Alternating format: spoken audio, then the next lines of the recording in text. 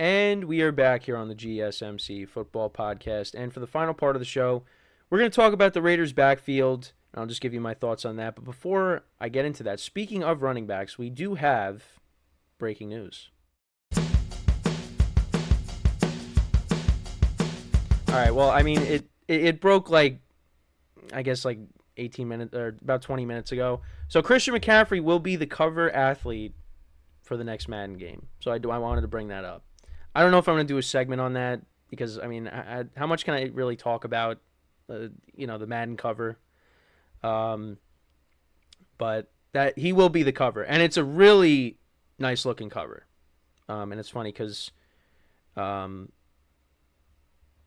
friends are like, too bad because everybody's going to be playing the NCAA game, which I will be getting as well, one way or another. But I might have to buy a new console. But that's a separate issue.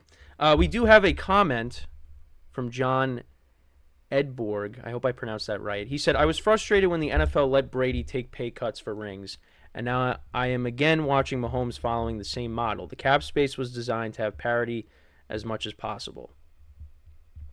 I mean, Brady took pay cuts, yeah. But I mean, yeah. Look, I get it. Okay, I did pronounce it correctly. All right, appreciate it. I mean, Brady's allowed to take pay cuts. I get it. When you're constantly seeing the same person, the same player in the Super Bowl over and over and over again, yeah, you're gonna be upset about it because you want to see parity, like you said. But at the same time, can I just say this? Can you at least just sit back for a little bit and say, what you're seeing, you might never see again? Well, we did say that about the Patriots, and now we might be seeing that with Mahomes again. But can we just appreciate the greatness just a little bit? Just a little bit? And look, if you are just going to, be annoyed by it, I get it. I'm not going to change your mind. But just a little bit. Can we just appreciate the greatness just a little bit? Because it is incredible what Brady was able to do, and now we're seeing it with Mahomes. And Mahomes has been in the AFC Championship game every year since 2018, since he took over as a starter. Now, I get it. It's annoying seeing him there for some people. But appreciate the greatness a little bit. Just a little bit. All right, so let's get into the Raiders now. Speaking of a team that, Mahomes plays against, I guess. The Raiders' backfield. So Josh Jacobs left in free agency. He joined the Packers. And you got Zamir White, who I thought when he played in Josh Jacobs' absence, because Josh Jacobs did miss some games, played really well. And it was at the expense of me winning my fantasy football championship, because if I would have advanced, I would have won the whole thing. But anytime I see the name Zamir White, it does trigger me, I'm not going to lie, because I just think back to his 145-yard performance. And yes, those are the exact numbers for his rushing yards that game, because I know these things, because for some reason I have a very weird memory. He had that performance against the Chiefs, and he got most of those yards the last few minutes of the fourth quarter, and I would have been okay, but whatever. Got to go out and win next year. That's how you got to look at it. But yeah, he did a nice job in Josh Jacobs' absence. Alexander Mattison they brought in, to at least have another running back, and Alexander Mattison had a rough year. And I thought, as other people did, that he was going to have a decent year. Because when Dalvin Cook would miss time, Alexander Mattison would do a nice job and when he had to fill in. But when he was the lead back, yeah, it did not go well. And this is what Zamir White had to say. Last year, my role was more like being a quiet guy, just like when they need me, I'm here. But now I have to grow back into that vocal leader, and I'm just showing them on the field every single day. I'm in this new role, and it's a whole new ground for me. So I'll just keep on grinding it out, working, learning from the backs in the room, and just progress.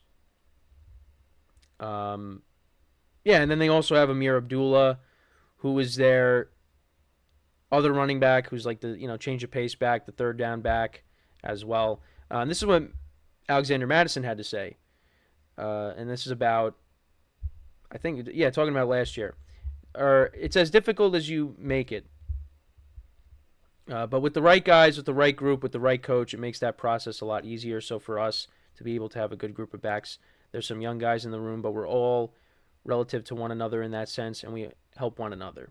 So so he's just talking about the running back room. If I have a question, Amir's there, Zamir's there. If he has a question, I'm here. It's one of those things where we all help each other out in learning a new system, and we're all in this together. So far, it's working out, and so far, we're taking those right steps in the right direction. Yeah, I mean, we'll see how it goes. But me personally, I think because Zamir White was already there, and based off of the year that Alexander Mattison's coming off of, I think Zamir White should be the lead back. But it's going to be a competition. I mean, maybe I'm wrong, and Alexander Mattison ends up playing really well, and he takes that number one job from Zamir White. So, I mean, when you look at the Raiders' offense, I mean, other than quarterback, now I think Gardner Minshew will be serviceable for them this year. I like the receivers. I mean, you got Devontae Adams, who's still one of the best receivers in the NFL. You got Jacoby Myers, Trey Tucker. And then the tight ends, Brock Bowers and Michael Mayer. I mean, I think the weakness of the offense, I mean, I'm just talking about from pure, playmaker standpoint, not the offensive line. But, yeah, the running back is probably, the weakest group. But that doesn't mean that I don't think that it's going to be productive. I mean, we got to see, how is Zamir White going to do over the course of a full season? I mean, like I said, did a nice job filling in for Josh Jacobs, but now, you got to take on a bigger role, and he acknowledged that.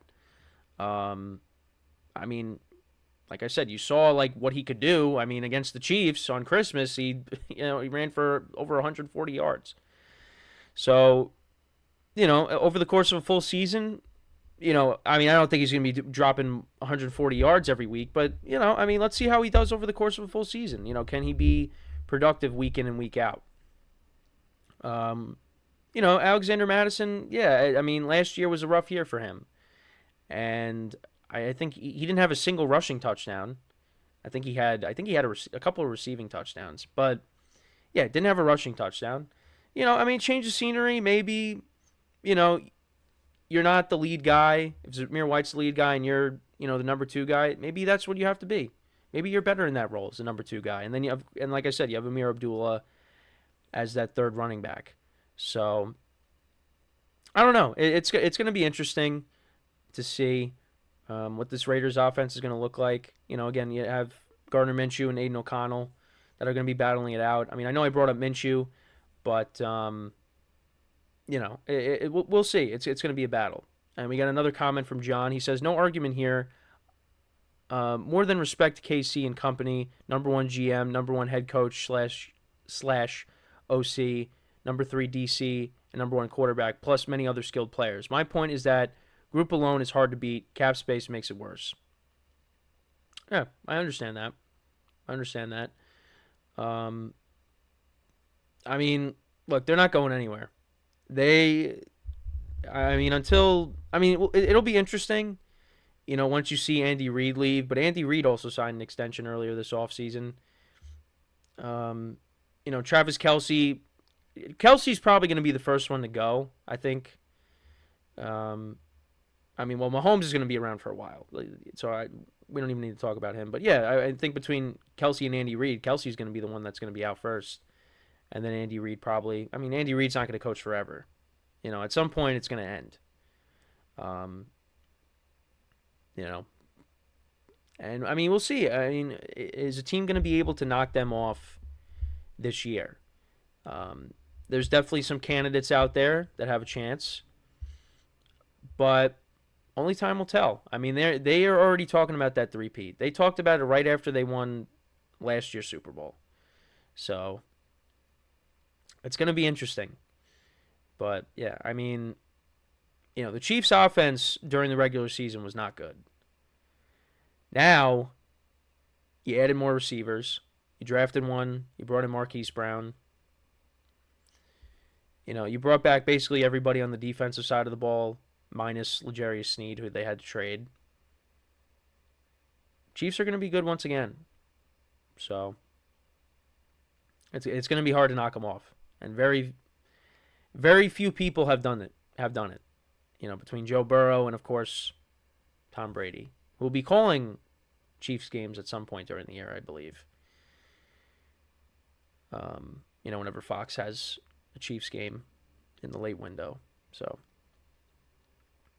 So yeah, that is but that's pretty much it for the show for today. Let me know what you guys think about the Raiders backfield. Who do you think should be the number one back? I mean, I think it should be Zamir White. All right, last comment from John before we head off. He says, I believe Mahomes would take the league minimum for 8. He knows this is bigger than cash. Burrow and the Bengals are the only ones to beat KC in the playoffs the past few years, and both teams know it. Yeah, and that's actually the team that I was referencing as one of the teams that can knock them off. Now I know I just said Brady and Burrow are the only guys to do it, but yeah, I think if the Bengals are healthy, I think that's the team that has the best chance, just because they've done it, and Burrow, he's got a winning record against Mahomes. So, but yeah, good comments from John and of course Nick as well. That's pretty much it for the show for today. Thank you guys for tuning in. Make sure to check out all the other shows. Get the other host perspectives on things: NBA Finals, Stanley Cup, baseball, women's sports, wrestling, fantasy sports. Cover pretty much everything. So also golf as well. Didn't mean to disrespect golf, but yeah, just forgot to throw them in there. Throw golf in there as well. But yeah, that's pretty much it. Thank you guys for tuning in. That is all the time that we have for today. Make sure to tune in tomorrow, 10:30 a.m. Eastern Time. And until then, I'm Kenneth Gruenfelder signing off from the GSMC Football Podcast, brought to you by the GSMC Sports Network. Have a good day, and I will talk to you guys tomorrow. Take care.